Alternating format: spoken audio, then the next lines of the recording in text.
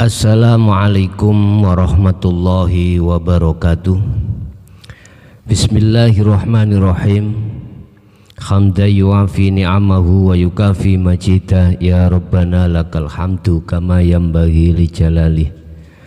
Asyhadu an la ilaha illallah wa asyhadu anna Muhammadan abduhu wa rasuluh.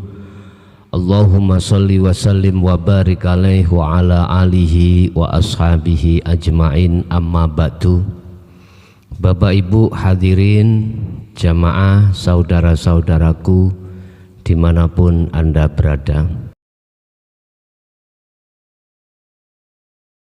satu pertanyaan: sudahkah hati ini telah terbebaskan dari belenggu syaitan, belenggu hawa nafsu pada diri kita sendiri?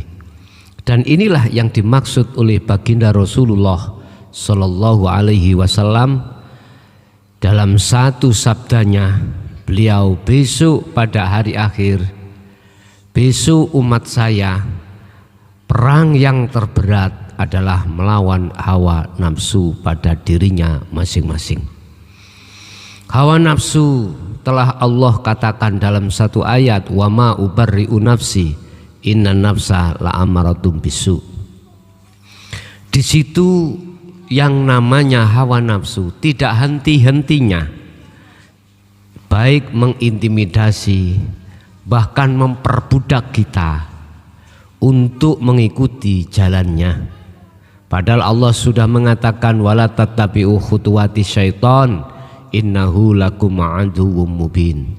Janganlah sekali-kali kau ikuti ajakan nafsu pada dirimu, sebab sesungguhnya nafsu pada dirimu itu adalah musuh yang paling nyata.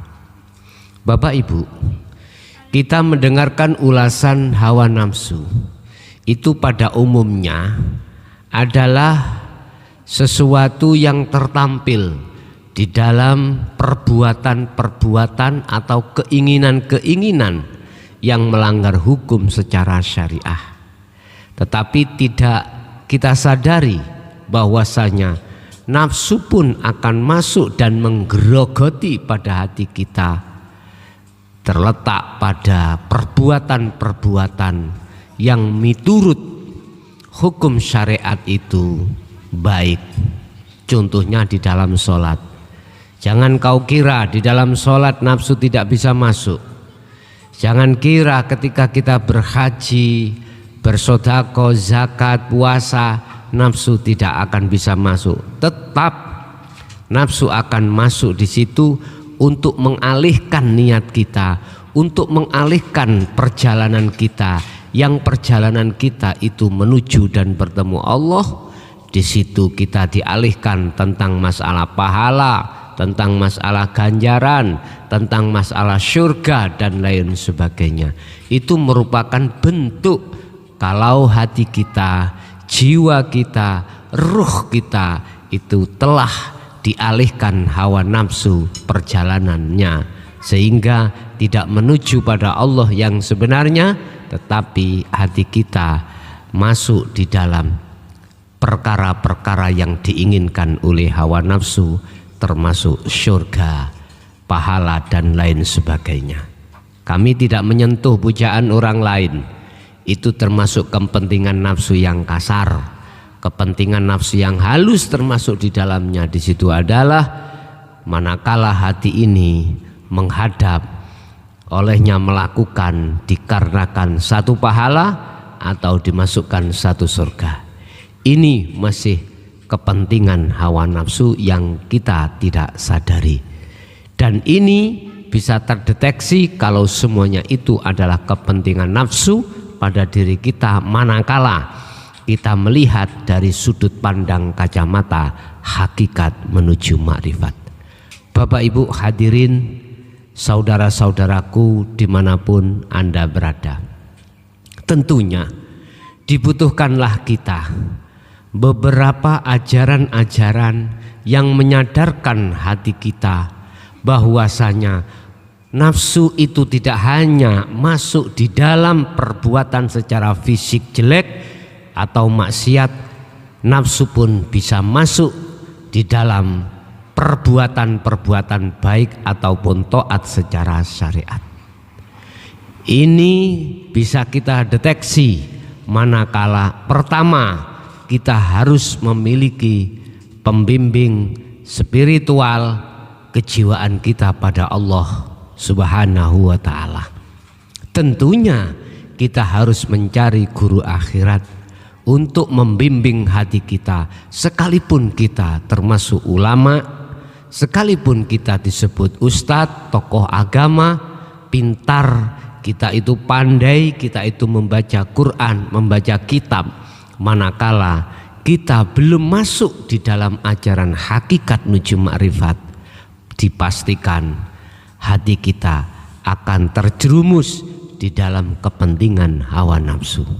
Bapak Ibu hadirin jamaah rahimakumullah, hati yang tidak menyadari tentang itu, siapapun kita, apapun status kita, dipastikan bahwasanya sebetulnya jiwa ini telah terkurung, terbudak, terkunjara dengan hawa nafsu, sehingga siapapun diri kita, tatkala jiwa ini sudah menjadi budaknya hawa nafsu, dipastikan jiwa kita, hati kita akan mengikuti perbuatan yang didasari oleh hukum-hukum hawa nafsu.